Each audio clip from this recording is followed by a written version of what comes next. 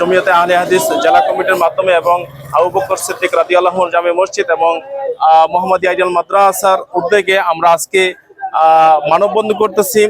আপনারা অবগত আছেন যে আমাদের প্রাণ কেন্দ্র ফিলিস্তিনি আকসা এবং আমাদের মুসলিম ভাইদের কিভাবে হত্যা করেছে ইসরায়েলি কুখ্যাত সন্ত্রাস বাহিনী।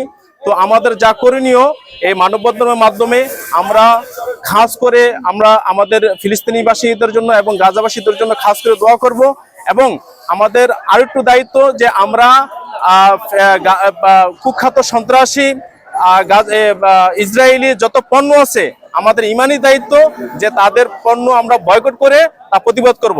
এবং খাস করে আমাদের ফিলিস্তিনি ভাইদের জন্য গাজাবাসীদের জন্য তাহাজ্জুদ পড়ে খাস করে নামাজে এবং নামাজের বাইরে খাস করে ফিলিস্তিনি বাসীদের জন্য আমরা খাস করে দোয়া করব।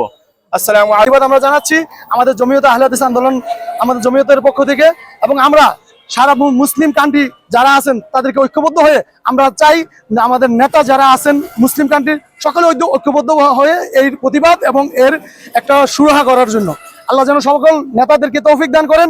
এবং আমরা যারা আছি আমরা মুসলিম হিসাবে তাদের জন্য দোয়া করবো এবং সর্বোচ্চ তাদের পাশে থাকার চেষ্টা করবো। আল্লাহ আমাদের সকলকে তৌফিক দান করুন।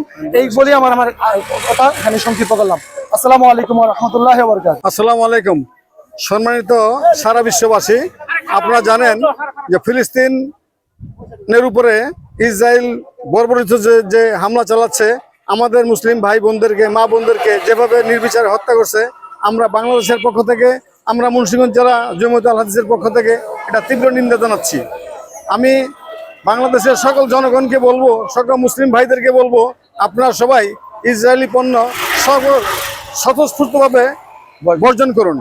পাশাপাশি আমি অনুরোধ করব বাংলাদেশ সরকারের প্রধান ডক্টর মোহাম্মদ ইউনূস সাহেবকে, উনি যেন এই মুসলিমদের পক্ষে বাংলাদেশের পক্ষ হইয়া ওনার এখন সারা বিশ্বে ওনার গ্রহণযোগ্যতা অনেক বেশি।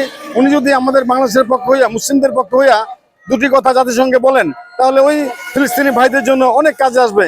আমি বাংলাদেশের জমিয়তে আহলে হাদিস মুন্সিগঞ্জ জেলা শাখার পক্ষে ডক্টর মোহাম্মদ ইউনূস সাহেবকে বিশেষভাবে অনুরোধ করব উনি যেন ফিলিস্তিনের পক্ষে দুটি কথা বলেন, তাদের জন্য সহযোগিতা করেন।